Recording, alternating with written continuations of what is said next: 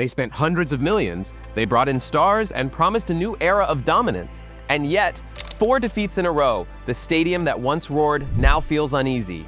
Last season, Arne Slot looked like the man who could carry on Jurgen Klopp's legacy, the one who would keep Liverpool's fire alive. But this season, everything is falling apart. Liverpool aren't just losing matches, they're losing their identity. So what really happened?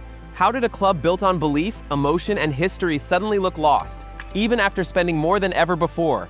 This is the story of how Liverpool's new era began with ambition and turned into a crisis. When Jurgen Klopp said goodbye to Liverpool, it felt like the end of a golden age. He wasn't just a coach, he was a symbol of energy, belief, and chaos that somehow always worked. Replacing him was never going to be easy. That's where Arne Slot entered the picture. Fresh off his success at Feyenoord, praised for his modern tactics and calm composure, he represented something Liverpool hadn't had in years: structure. Where Klopp's football was built on emotion and instinct, Slot promised control, precision, and evolution. The fans welcomed him, the board trusted him, and in his first season, he delivered stability. He didn't revolutionize the team, he simply polished what Klopp had left. Liverpool pressed, they fought, and they finished the season strong. Slot looked like the perfect successor, the man who could evolve the chaos into consistency. But success brings expectation, and with the board ready to back him financially, Slot began to dream bigger. The message was clear: Liverpool were done rebuilding. Now it was time to rule again. That's when everything changed, because in football, ambition is a double-edged sword. Spend big and you buy not just talent, but pressure. And that summer, Liverpool bought both. The summer of 2025 was supposed to be Liverpool's rebirth. A statement to the world that they were done playing catch-up, that they were ready to dominate again. Arne Slot had one clear demand: reinforcements built for control and speed, and the board delivered. Alexander Isak, Florian Wirtz, Jeremy Frimpong, and Hugo Ekitike, 4 players worth over £350 million combined, arrived at Anfield with the kind of hype that only money can buy. Isak was the headline signing, a proven Premier League striker meant to lead the line. Wirtz, one of Europe's brightest creators, was expected to become the brain of Slot's system. Frimpong brought relentless energy and pace down the right, the kind of modern fullback that could redefine Liverpool's width. And Ekitike, a wild card, the young forward who could explode or disappear depending on how Slot used him. The optimism was everywhere. Preseason photos showed smiles, interviews spoke of a new project, and analysts predicted a title challenge. Liverpool weren't just spending, they were sending a message. The post-Klopp era had officially begun. But sometimes, the more you add, the less you understand what you already had. Because the Liverpool that Klopp built was based on chemistry, not cost, on emotion, not structure. And as these new stars tried to find their rhythm, the identity that once made Liverpool unstoppable began to fade. Slot's plan looked perfect on paper: fluid, calculated, modern. But football isn't played on whiteboards, it's played on instinct, connection, and chaos, the very things Liverpool were starting to lose. The new era had begun, but beneath the excitement, the cracks were already forming. It didn't fall apart overnight, it slipped away slowly. A missed chance here, a late goal conceded there. The kind of moments that used to end with Liverpool celebrating now ended with heads down. At first, people said it was just a rough start, but then came 4 straight defeats, something Liverpool hadn't experienced in years, and not against Europe's elite, but against teams they were supposed to dominate. Their most painful moment came at Anfield, in front of their own fans. A 2-1 defeat to Manchester United, sealed by a late header from Harry Maguire. Liverpool hit the post 3 times, dominated possession, and still lost. That night didn't just hurt, it revealed everything wrong with the new Liverpool. Because the team didn't look broken, it looked disconnected. Slot's system demanded patience and precision, but Liverpool's DNA was built on chaos and emotion. They pressed but without hunger. They attacked but without purpose. The football looked structured yet lifeless. Virgil van Dijk tried to hold the defense together, but even he looked like a man firefighting instead of commanding. Alisson, once their unshakable wall, was left exposed time after time.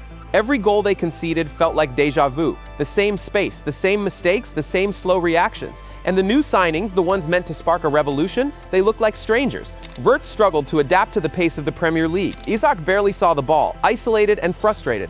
Frimpong pushed forward fearlessly, but his overlaps often left space behind, space that every opponent quickly learned to exploit. Even Ekitike, the young talent, couldn't find his rhythm in a team that felt unsure of itself. Slot stood on the touchline, calm as ever, insisting that the process takes time. But at Liverpool, time is a luxury you don't get when history expects you to win.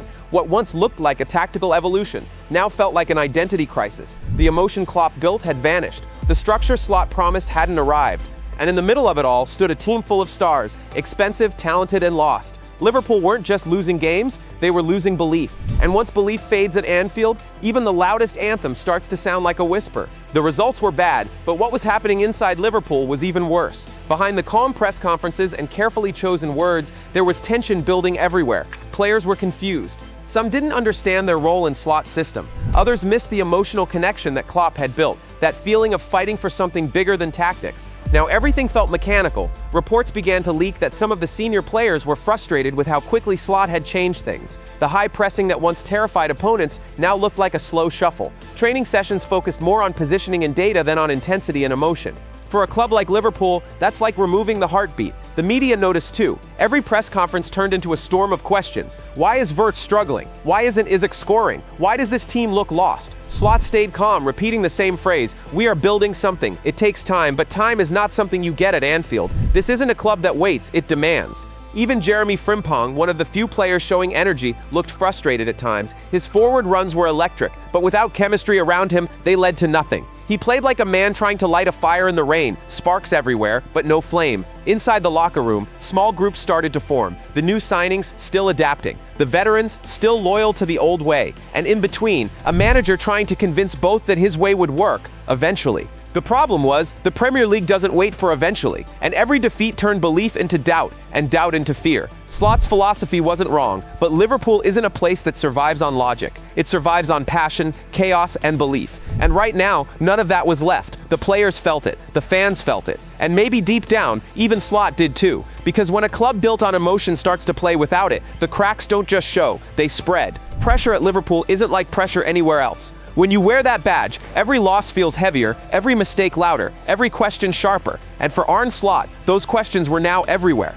After the fourth straight defeat, the tone changed. It wasn't just about results anymore, it was about belief. Was Slot the right man for this club? Could he handle the chaos that came with managing Liverpool, not just the tactics? The British media turned ruthless. Headlines read things like, "From order to collapse, and Slot's Liverpool has no soul." Pundits compared him to the managers who came after Ferguson at United, men who inherited greatness and couldn't live up to it. And now, that same comparison haunted Slot. Inside Melwood, tension thickened. Slot stayed calm in front of cameras, talking about process and time, but patience is rare at Anfield. The board had given him money, control, and trust. Now they wanted results. Fans split in two, those preaching patience and those saying the dressing room was gone. Even veterans like Van Dijk showed quiet frustration. The spark that once defined them looked dim. Liverpool didn't look broken, they looked empty. The system was beautiful on paper, but lifeless on grass. Slot wanted control, the fans wanted fire, and now Anfield wasn't roaring anymore, it was waiting. Then came the night everything snapped. A fourth defeat, this time with no excuses left. Players walked off with heads down, and the fans' soft boos said more than words ever could. Inside the dressing room, belief fractured. Slot spoke about trusting the process, but even his players looked uncertain. The new signings questioned his methods. The veterans missed the emotion of Klopp's chaos. Florian Wirtz looked lost between freedom and discipline. Isak's frustration grew visible. Frimpong still fought like a machine, but even machines break when they're alone. Outside, the pressure exploded. Rumors of replacements filled every headline. Xabi Alonso, Nagelsmann, names waiting in the shadows. Every press conference began with "if you stay" instead of "when you fix this." Anfield itself felt heavy. "You'll never walk alone" sounded less like a promise, more like a reminder. Slot was running out of time, and perhaps out of belief. Every story hits a point of no return. For Liverpool, this is it. A fractured identity, a squad that looks unsure of itself. But beneath the disappointment, something still beats, that old Liverpool heartbeat. This club has lived through chaos before. It thrives on doubt, then destroys it. If Slot can rediscover that, not through data, but emotion, he can still save this era. Frimpong's drive, Wirtz's creativity, Isak's power, they're not the problem. The missing piece is belief, because Liverpool were never just a system, they were a storm. The board still backs him. For now, the fans still sing quietly. The next few weeks will decide everything. Not just whether Liverpool win again, but whether they remember who they are, because when belief returns to Anfield, anything can happen. But until then, Liverpool's new era hangs by a thread.